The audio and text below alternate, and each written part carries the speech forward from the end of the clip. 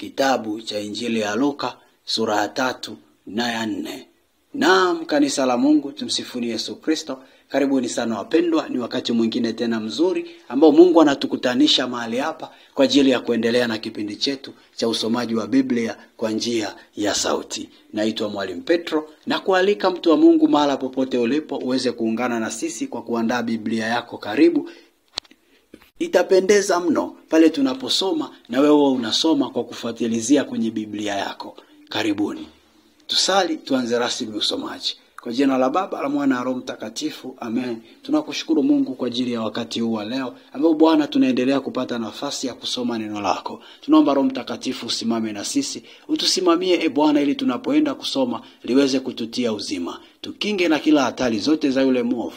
Neema yako itushike mkono, ili Bwana tuweze kuwa salama na tuweze kuwa hodari, na utushike kwa mkono wako Mungu, ili sote tupate kupewa maarifa yenye uzima katika mioyo yetu. Tutenge mbali na kila roho zote za adui, na nguvu zako Roho wa Mungu zituongoze, katika jina la Yesu Kristo tuseme amen. Karibuni sana wapendwa, tuungane na ndugu zetu wa Word Project. Kumbuka ni kitabu cha Luka sura ya 3 na ya 4. Mlango wa 3. Mwaka wa 15 wa kutawala kwake Kaisari Tiberio, Pontio Pilato alipokuwa liwali wa Uyahudi, na Herode mfalme wa Galilaya, na Filipo ndugu yake mfalme wa Iturea na nchi ya Trakoniti, na Lisania mfalme wa Abilene, wakati wa ukuhani mkuu wa Anasi na Kayafa, neno la Mungu lilimfikia Yohana mwana wa Zakaria jangwani. Akafika nchi yote iliyo karibu na Yordani, akihubiri ubatizo wa toba liletalo ondoleo la dhambi, kama ilivyoandikwa katika chuo cha maneno ya nabii Isaya: sauti ya mtu aliye nyikani, itengenezeni njia ya Bwana, yanyosheni mapito yake. Kila bonde litajazwa, na kila mlima na kilima kitashushwa. Palipopotoka patakuwa pamenyoka, na palipoparuza patalainishwa, na wote wenye mwili watauona wokovu wa Mungu. Basi aliwaambia makutano ya wale waliomwendea ili awabatize: enyi wazao wa nyoka, ni nani aliyewaonya ninyi kuikimbia hasira itakayokuja? Basi toeni matunda yapatanayo na toba, wala msianze kusema mioyoni mwenu, tunaye baba, ndiye Ibrahimu. Kwa maana nawaambia ya kwamba katika mawe haya Mungu aweza kumwinulia Ibrahimu watoto. Na sasa hivi shoka limekwisha kuwekwa penye mashina ya miti, basi kila mti usiozaa matunda yake mazuri hukatwa na kutupwa motoni. Makutano wakamuuliza, tufanye nini basi? Akawajibu akiwaambia, mwenye kanzu 2 na ampe asiye na kanzu, na mwenye vyakula na afanye vivyo hivyo. Watoza ushuru nao wakaja kubatizwa, wakamuuliza, Mwalimu, tufanye nini sisi? Akawaambia, msitoze kitu zaidi kuliko mlivyoamriwa. Askari nao wakamuuliza wakisema, sisi nasi tufanye nini? Akawaambia, msidhulumu mtu, wala msishitaki kwa uongo, tena mtoshwe na mshahara wenu. Basi watu walipokuwa wakingoja itakayotokea, wote wakiwazawaza mioyoni mwao habari za Yohana, kama labda yeye ndiye Kristo. Yohana alijibu akawaambia wote, kweli mimi nawabatiza kwa maji, lakini yuaja mtu mwenye nguvu kuliko mimi, ambaye mimi sistahili kuilegeza gidamu ya viatu vyake. Yeye atawabatiza kwa Roho Mtakatifu na kwa moto, ambaye pepeo lake li mkononi mwake, naye atausafisha sana uwanda wake na kuikusanya ngano ghalani mwake, bali makapi atayateketeza kwa moto usiozimika. Basi kwa maonyo mengine mengi aliwahubiri watu. Lakini mfalme Herode alipokaripiwa na yeye kwa ajili ya Herodia mke wa nduguye, na maovu yote aliyoyafanya Herode, aliongeza na hili juu ya yote, alimfunga Yohana gerezani. Ikawa watu wote walipokwisha kubatizwa, na Yesu naye amebatizwa, naye anaomba, mbingu zilifunuka, Roho Mtakatifu akashuka juu yake kwa mfano wa kiwiliwili, kama hua.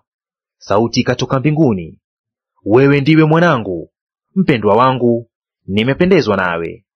Na Yesu mwenyewe alipoanza kufundisha, alikuwa amepita umri wake kama miaka 30, akidhaniwa kuwa ni mwana wa Yusufu, wa Eli, wa Mathati, wa Lawi, wa Melki, wa Yana, wa Yusufu, wa Matathia, wa Amosi, wa Nahumu, wa Esli, wa Nagai, wa Maathi, wa Matathia, wa Semei, wa Yusufu, wa Yuda, wa Yoana, wa Resa, wa Zerubabeli, wa Shealtieli, wa Neri, wa Melki, wa Adi, wa Kosamu, wa Elmadamu, wa Eri, wa Yoshua, wa Eliezeri, wa Yorimu, wa Mathati, wa Lawi, wa Simeoni, wa Yuda, wa Yusufu, wa Yonamu, wa Eliakimu, wa Melea, wa Mena, wa Matatha, wa Nathani, wa Daudi, wa Yese, wa Obedi, wa Boazi,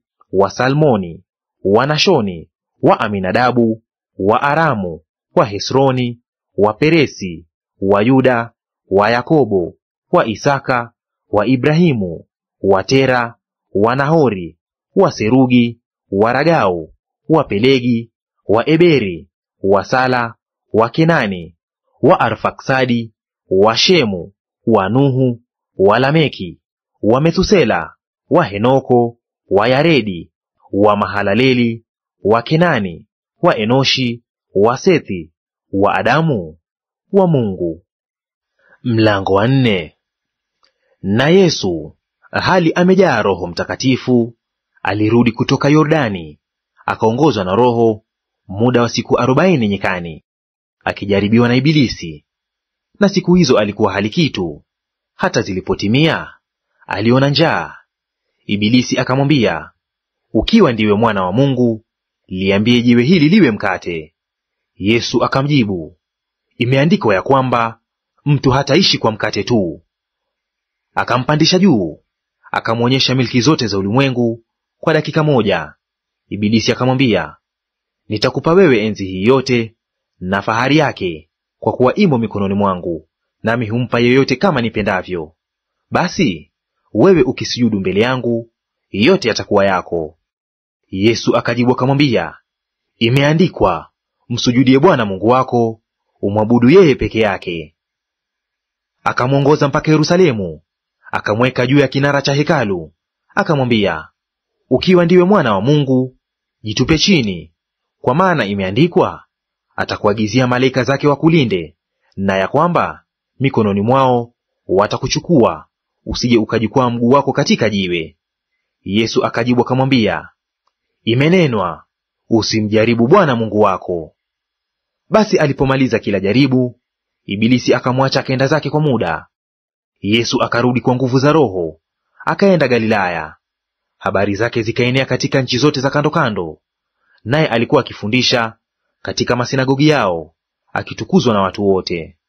Akaenda Nazareti, hapo alipolelewa, na siku ya Sabato akaingia katika sinagogi kama ilivyokuwa desturi yake, akasimama ili asome. Akapewa chuo cha nabii Isaya, akakifungua chuo, akatafuta mahali palipoandikwa, Roho wa Bwana yu juu yangu, kwa maana amenitia mafuta kuwahubiri maskini habari njema. Amenituma kuwatangazia wafungwa kufunguliwa kwao, na vipofu kupata kuona tena, kuwaacha huru walioteswa, na kutangaza mwaka wa Bwana uliokubaliwa. Akakifunga chuo, akamrudishia mtumishi, akaketi. Na watu wote waliokuwamo katika sinagogi wakamkazia macho. Akaanza kuwaambia, leo maandiko haya yametimia masikioni mwenu. Wakamshuhudia wote, wakiyastaajabia maneno ya neema iliyotoka kinywani mwake. Wakasema, huyu siye mwana wa Yusufu? Akawaambia, hapana shaka mtaniambia mithali hii, tabibu, jiponye nafsi yako. Mambo yote tuliyosikia kwamba yametendeka Kapernaumu, yatende na hapa pia katika nchi yako mwenyewe. Akasema, amin, nawaambia ya kwamba hakuna nabii mwenye kukubaliwa katika nchi yake mwenyewe. Lakini kwa hakika nawaambia, palikuwa na wajane wengi katika nchi ya Israeli zamani za Eliya, wakati mbingu zilipofungwa miaka 3 na miezi 6, njaa kuu ikaingia nchi nzima. Wala Eliya hakutumwa kwa mmojawapo, ila kwa mjane mmoja wa Sarepta katika nchi ya Sidoni. Tena palikuwa na wenye ukoma wengi katika Israeli zamani za nabii Elisha, wala hapana aliyetakaswa ila Naamani mtu wa Shamu. Wakajaa ghadhabu wote waliokuwa katika sinagogi walipoyasikia hayo. Wakaondoka, wakamtoa nje ya mji, wakampeleka mpaka ukingo wa kilima ambacho mji wao umejengwa juu yake, wapate kumtupa chini. Lakini yeye alipita katikati yao, akaenda zake. Akashuka mpaka Kapernaumu, mji wa Galilaya, akawa akiwafundisha siku ya Sabato. Wakashangaa mno kwa mafundisho yake, kwa kuwa neno lake lilikuwa na uwezo. Na ndani ya sinagogi mlikuwa na mtu mwenye roho ya pepo mchafu, akalia kwa sauti kuu, akisema, Acha! Tuna nini nawe, Yesu wa Nazareti? Umekuja kutuangamiza? Na kujua unani, mtakatifu wa Mungu. Yesu akamkemea, akisema, Fumba kinywa, mtoke. Ndipo yule pepo akamwangusha katikati, akamtoka simdhuru neno. Mshangao ukawashika wote, wakasemezana wakisema, ni neno gani hili? Maana awaamuru pepo wachafu kwa uwezo na nguvu, nao hutoka. Habari zake zikaenea kila mahali katika nchi ile. Akatoka katika sinagogi, akaingia katika nyumba ya Simoni. Naye mkwewe Simoni, mamaye mkewe, alikuwa ameshikwa na homa kali, wakamwomba kwa ajili yake. Akasimama karibu naye, akaikemea ile homa, ikamwacha.